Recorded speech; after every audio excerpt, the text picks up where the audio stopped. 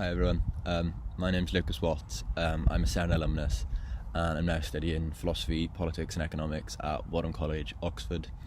I really enjoyed CERN, got to do some really cool things. A summer school at Oxford that I came to. I had a work experience week in London, and just so much support when I actually came to applying to unis at the end of it. So basically I just think it's really worth your time, just taking advantage of what's available.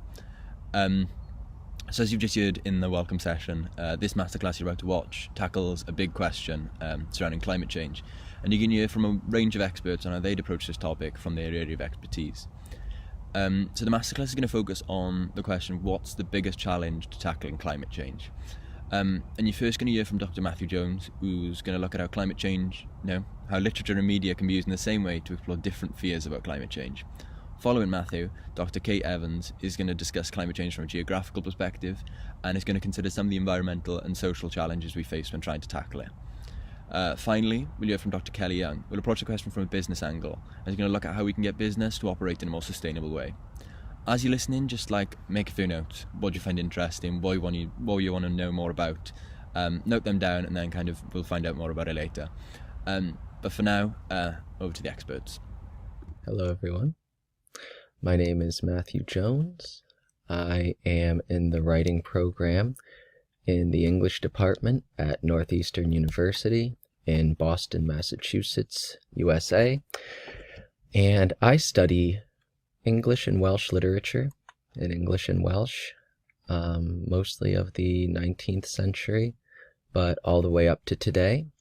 And I lived in Wales and I went to Cardiff University for a master's in Welsh and Celtic Studies. So Wales and the Welsh language are very important to me. And we'll see a little bit of that today even. And in this video, we are going to talk about the arts and the humanities and what kind of tools, perspectives, ideas, and just ways of thinking about them we can use in answering big questions like, what is the biggest challenge to tackling climate change? So let's go ahead and get right into it. So the theme is literature and protest, and the sort of guiding questions are, how are people using literature and media to express their fears, and how are they using them to force change? And in my opinion, the sort of building blocks of the humanities really, whether that's in literary studies, history, cultural studies, anything, it begins and ends really with examining how an idea or an image or a word, how it's used and why, to what ends, what are people trying to say in using words the way that they do. And to sort of get us going in that direction today, I'm going to talk about two concepts, mostly from literary studies, but you'll see them in other things, other avenues, as I'll explain. And the first is allusion, which is referencing a person, place, or thing from a piece of literature for a certain effect. And accompanying that today, we'll talk a little bit about what close reading is, which again, you'll see across the humanities and the arts, which is interpreting texts through observing details really closely in order to better understand their meanings and contexts. And so we have then these two vocabulary words. What are we going to do with them? Let's jump right into it. So a book that finds itself alluded to very often, even today, and since it was published, is, of course, 1984. Big Brother is watching you. And that's what we'll sort of focus on. But you hear other things like, Thought Police and Doublethink, Memory Hole. But in the book itself, we get an idea of how this phrase is used. On each landing, opposite the lift shaft, the poster with the enormous face gazed from the wall. It was one of those pictures which are so contrived that the eyes follow you about when you move. Big Brother is watching you. The caption beneath it ran. So if you've read the book before, you understand how it's being used in the context of the story. It is this sort of symbol that you are being surveilled, no matter what you do, no matter where you are. This entity is watching your every move. So that's how it's used in its context in the story. Now the next question is, how is it alluded to? That's our word, allusion. How is it alluded to in the real world? So let's see some examples. In this instance, it is alluded to refer to Barack Obama, the American Democratic president from 2008 to 2016. And this is at a protest in Germany. Interesting on its own, but what makes it more interesting is that it is then sometimes also used to refer to people on the other side of the political spectrum. This, of course, is Donald Trump, the most recent president in the United States. So already we're getting at a little bit of an issue where the allusion is used to refer to very different things, but still alluding to the same concept or idea from the same book. And of course, it's used in many other ways. This is Gordon Brown. This is in France. So it's not just in the English-speaking world. In fact, it's even farther afield. This is in Russia. Big Brother is watching you. So we see that there's a certain versatility in how the allusion works. And at the same time, there's something of a crisis because it's not used the same way by different people. Left, right, center, old, young. So what do you do with that? It would occur to, it comes to my mind that the answer to sort of unraveling this is in close reading, which of course looks at things more closely in the context in which they're used, these word choices. And so what happens? What does it mean when people use the same words to different ends? And how does this get back to to climate change and our struggles to tackle it? Right. So in climate change, there are certain, allusions, symbols that come to mind. The actual warming of the earth, global warming. So that'll be a sort of key phrase of our coolness, so, cool and hot of the earth. There's a theme of the children's future. Right. So here we're back in Wales in here. Diolch I chi blant I ddangos y ffordd. Thank you to the children for showing the way. Thank you to you children for showing the way. So there's the theme of the children and the future. And here, Thair am byth, Cymru am byth, the earth forever, Wales forever. Stop polluting nature. Right. So there's this theme here of wildlife. Pigeon, looks like a pigeon to me anyway. So we have certain symbols, right? And they're used in ways that we are familiar with. So let's take just this word global warming, the same way that we were looking at Big Brother is watching you just a moment ago. So what is it? What are people saying that it is? Global warming is not healthy for children and living things. And these are all at protests, you see. This is how people are using these terms and symbols to rally people to their cause. Global warming is a plague. And that's one of the masks that they wore in the bubonic plague in the 14th century. This is in the United Kingdom. Global warming, at the end of the day, it's real. It's a real thing. So these people are declaring that it's real, it's not healthy for children or other living things, and it's a plague, right? So we're starting from these, very sort of similar or agreeable, complementary ways to approach this key term. So where does the issue come up? It would appear to me that the issue comes up when people use the same word and pull it in very different directions at protests as well. So what do you do with the fact that people also are calling global warming the same phrase, baloney?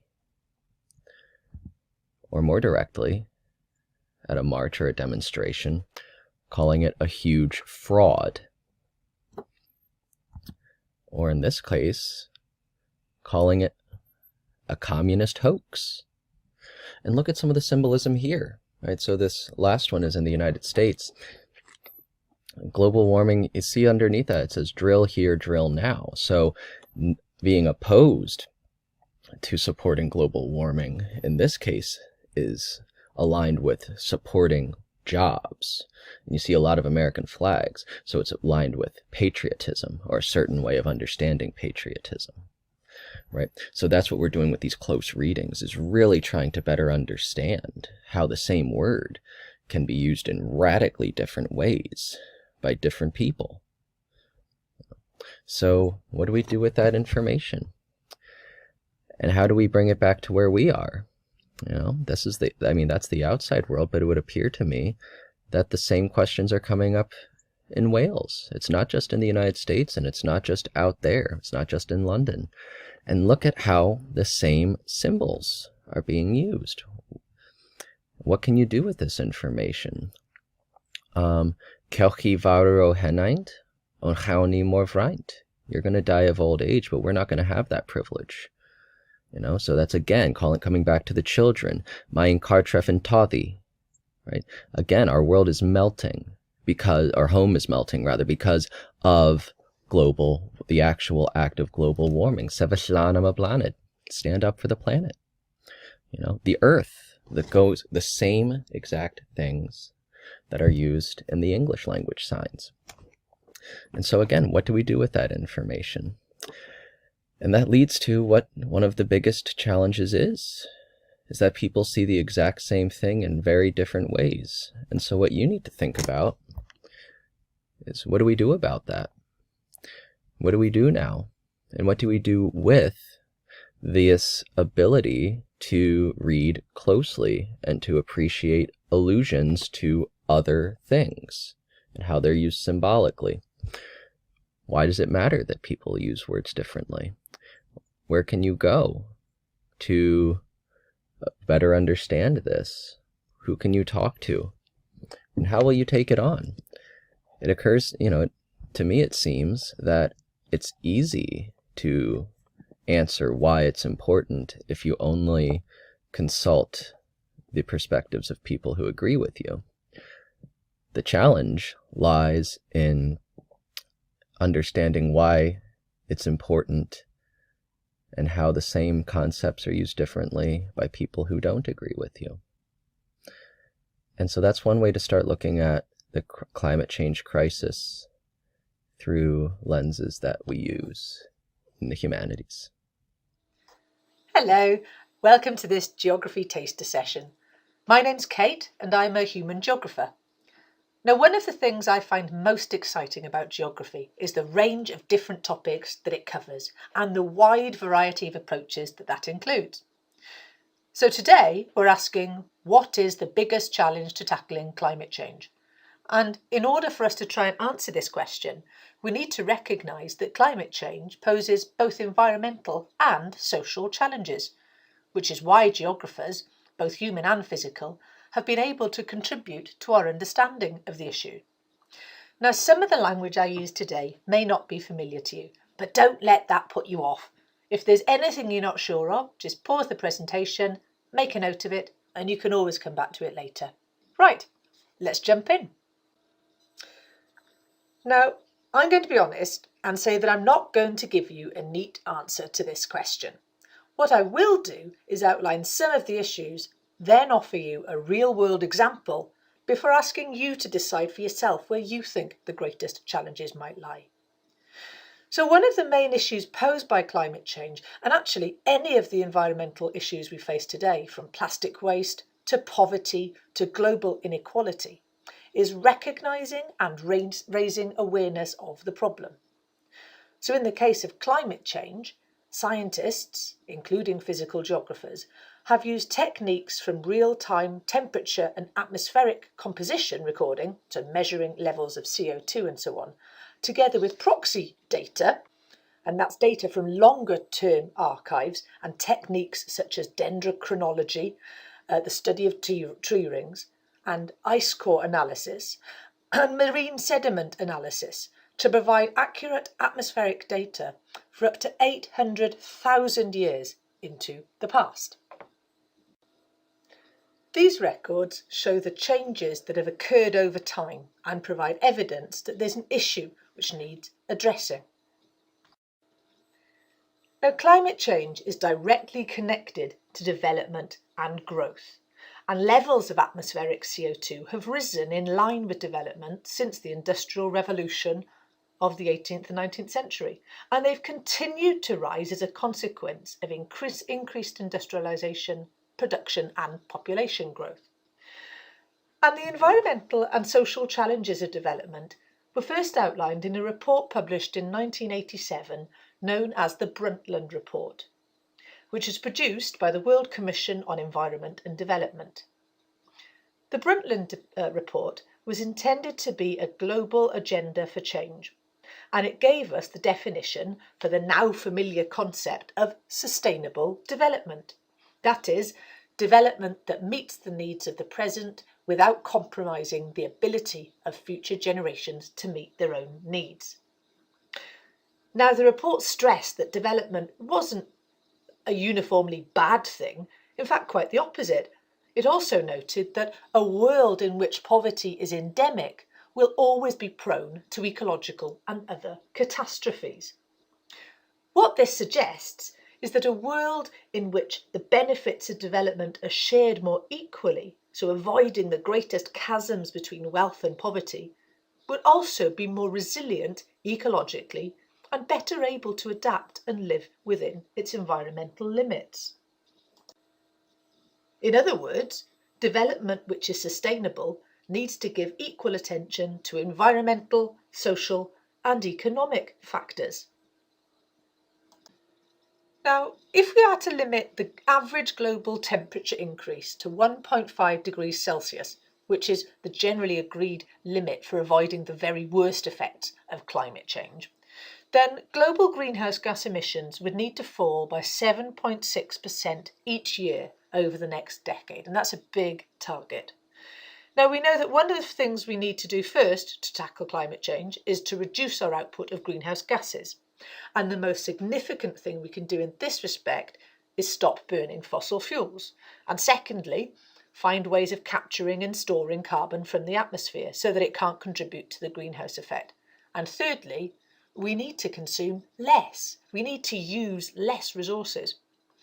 And who do we need to target to make these cuts? Well, G20 nations, that's the richest 20 nations on Earth, account for 78% of all emissions. But other countries who are undergoing major development phases now also need to take action. And again, those three pillars of development, environment, society and the economy, all need to come together for this to happen sustainably. We also need to make sure that the actions taken to tackle climate change are the right ones and they don't accidentally cause harm elsewhere. So tackling climate change will need multilateral action. That means world powers, corporations and individuals all working together. And to illustrate some of the complexities in taking action to prevent climate change and to reduce greenhouse gases, here's one example. This photo was taken in Sikkim. It's a region in the northeast of India. It's about the same size as Wales in area, and it's bounded by Tibet, China in the north, Nepal to the west, Bhutan to the east and West Bengal to the south. West Bengal is of course one of the most populous parts of India. In the background here are the Himalayas, and peeping over the clouds is Kanchenjunga on the Nepali-Sikkim border, which is the third highest mountain on Earth. And it's of particular cultural and religious importance to the indigenous groups of the region. Now, the main rivers in this area are the Rangit and Tista, which are fed by monsoon rains and glacial meltwater. And this region is also a biodiversity hotspot, which means that it's of global significance in terms of its variety and density of flora and fauna, its wildlife. Now, the geography of the area means that it's really well suited to hydroelectric power generation. And lying where it is between China and India, it's of great strategic importance.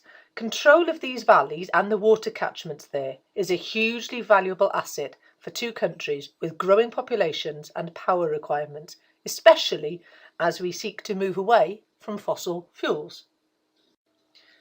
And this is Tista 5. It's a 510 megawatt hydroelectric dam that was commissioned in 2008. And it's the first of a series of cascade projects proposed along the Tista River in Sikkim. Now, in addition to the dam shown here and the lake which backs up the flooded valley behind it, seen here, the structure also includes a tunnel blasted and dug into the mountainside to create head race tunnels where water from the dam is channeled and passed through a series of electricity generating turbines before being fed back into the river some 23 kilometres downstream. Now, this region is one of the 6 most seismically active in the world, and in the last 100 years it's experienced over 18 large earthquakes.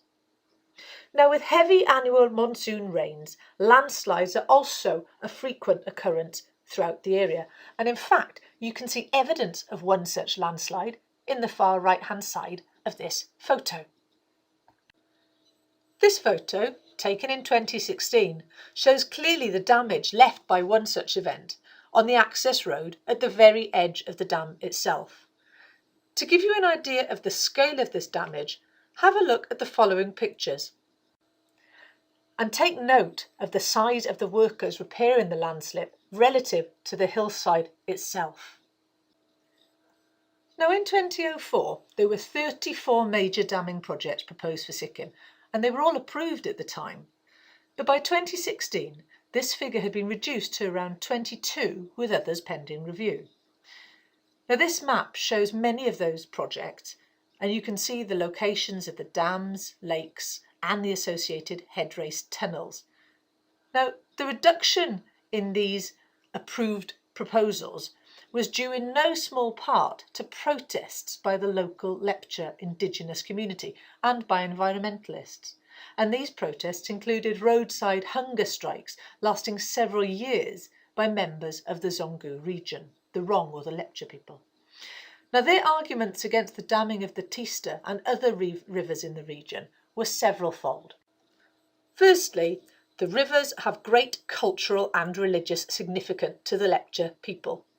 The river Rongang, for instance, is understood as a sacred route to the afterlife, so damming it would effectively block the soul's passage. Second, the flooding of valleys by damming also means the loss of important wildlife habitats and heritage sites, including the blocking of fish routes upstream.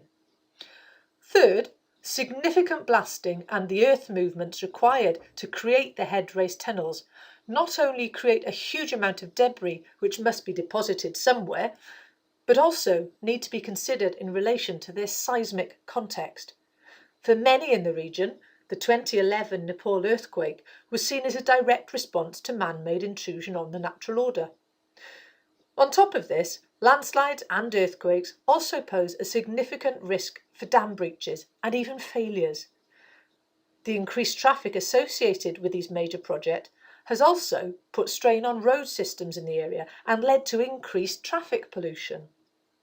Fourth, the influx of workers from other regions in India and then settling in the area once projects are finished has implications for the traditional culture, language and networks of the area, and also for the introduction and spread of new diseases and viruses.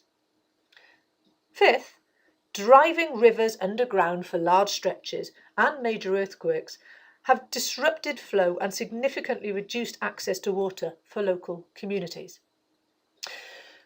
Now, the main driver for these massive hydroelectric projects is to provide alternative, non-fossil fuel power for growing populations downstream, whose increased standards of living and development make them energy hungry. We need to be very careful that in tackling climate change for one group, we do not disenfranchise and impoverish other groups. And I'd also add that this area is already beginning to experience firsthand the effects of climate change through reduced snowfall, glacier retreat, both of which have implications for future water availability in the area. As we can see from the Sikkim example, the actions required to tackle climate change aren't without their own issues.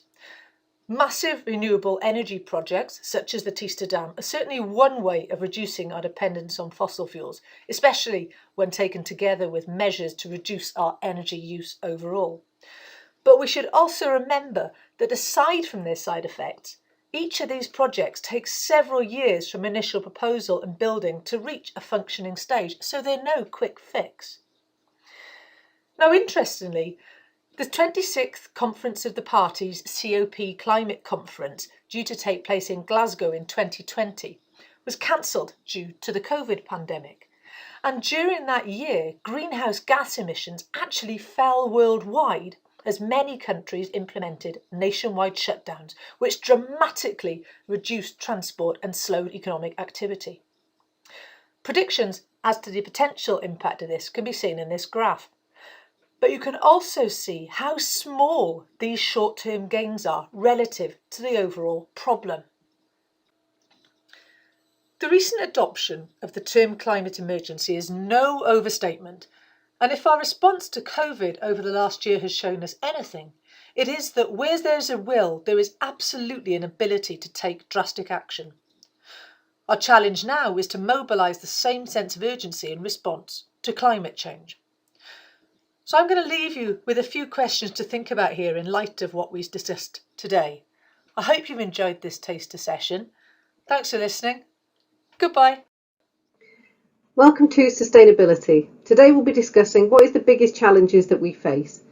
My name is Dr. Kelly Young and I'm a Senior Lecturer in Business and Management at Cardiff Metropolitan University. So let's start with a definition of sustainable development. According to the WCED 1987, and this comes from our Common Future document, it stated that sustainable development is development that meets the needs of the present generation without compromising the ability of future generations to meet their own needs. This is really the central concept of human rights, resource flows, waste, etc., which came from the 1992 Earth Summit in Rio as well. So these are two documents that really set aside and stand out how sustainable development is seen in the world of business.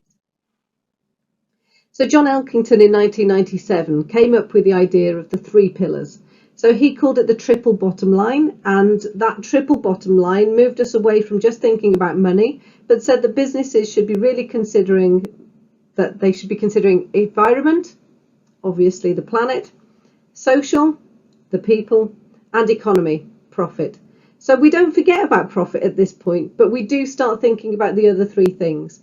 And it's really important that sustainability sits at that overlapping central part, where the 3 things come together. That is where sustainable business really exists. So let's look at those in turn. So firstly, let's look at the environment or planet. So in VROM 1989, as cited in Doppel 2003, they said that in principle, every generation must leave behind a good environmental quality. To us, this means that we should be looking at solving existing environmental problems in the span of about a generation, between 20 and 25 years, whilst also at the same time not creating new problems for ourselves.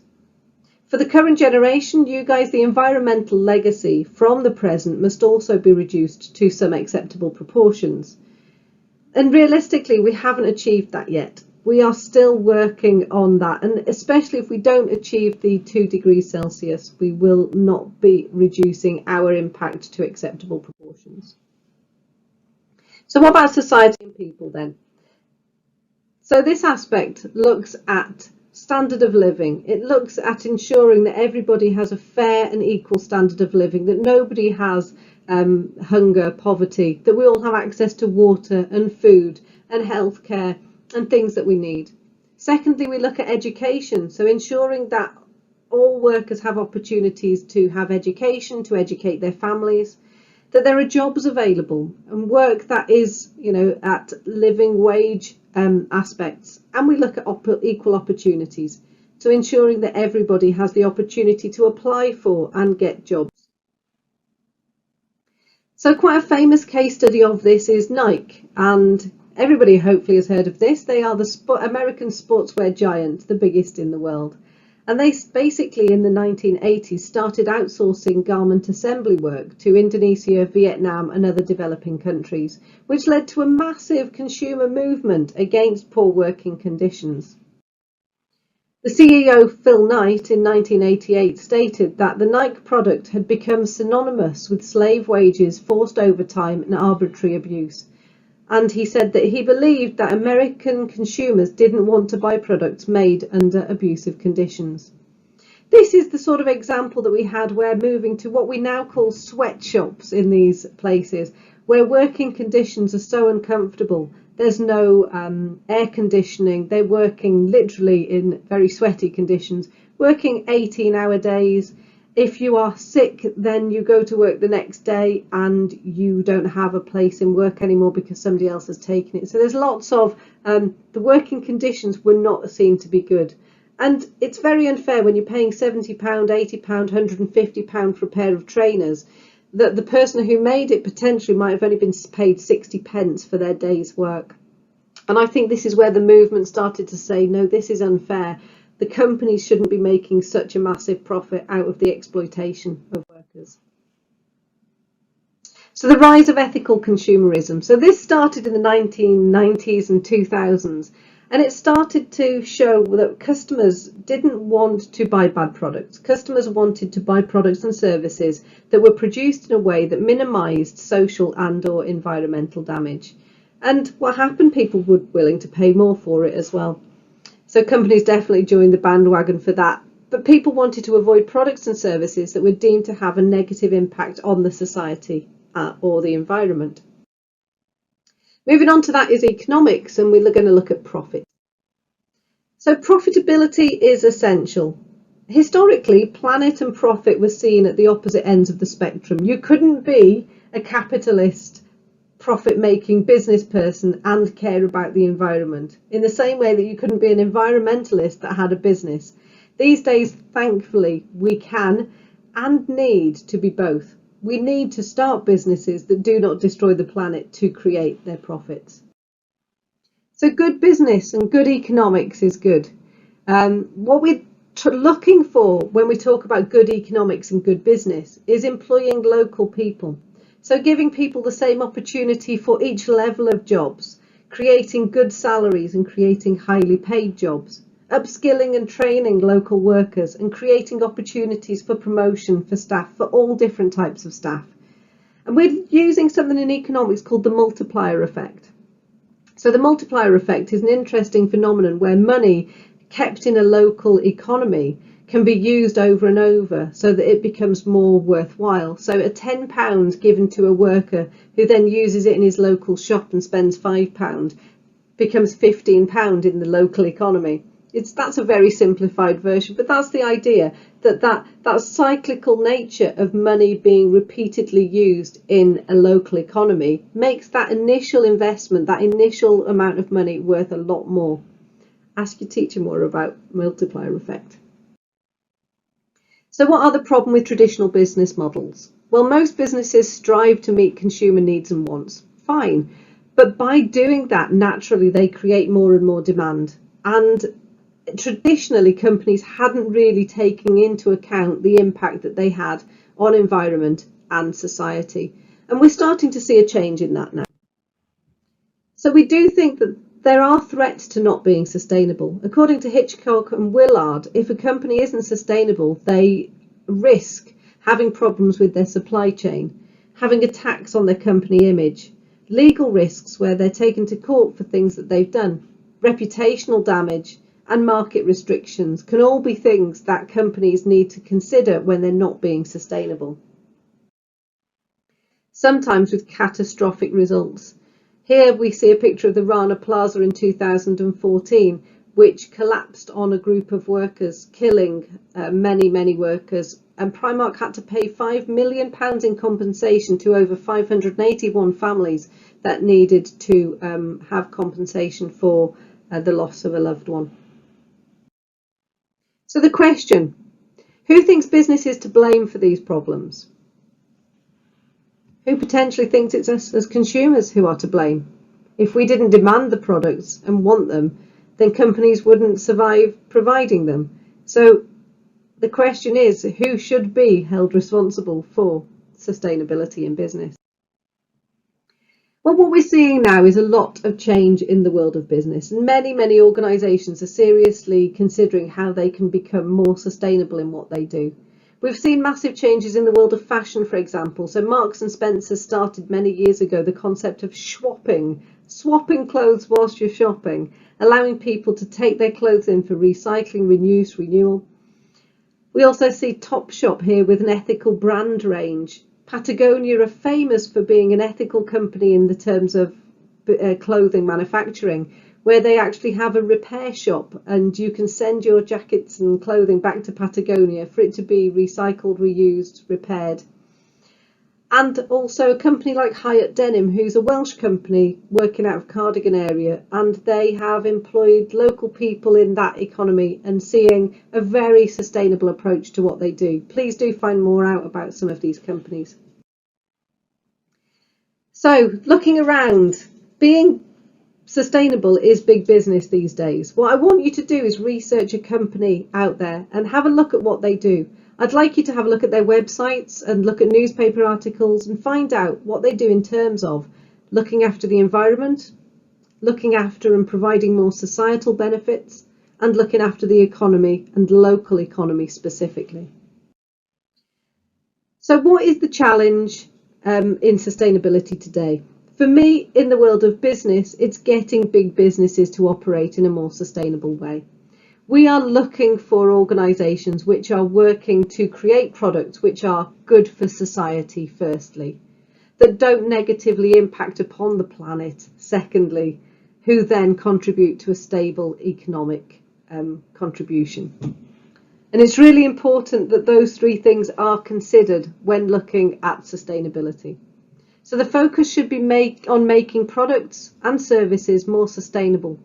By doing that, by making our options as consumers more sustainable, we would naturally then have less option to be unsustainable. So if we get the world of business to change and to improve, then we will naturally have customers and consumers who can change and improve their behaviours too. If you would like to find out more about some of these companies, here's some links, here's some ideas, but the Patagonia Clothing Company, Brewdog have a carbon negative, not neutral, and you can find out more about how they're brewing beer and taking carbon out of the atmosphere. The World Economic Forum has some great posts, especially on LinkedIn and other social media. Get your teachers again to find some more out about that. And Hyatt Denim has their own website where you can see all the good work that they're doing. I hope you've enjoyed it, and I hope you enjoy sustainability, and I look forward to hopefully seeing some of you at the university in the next few years.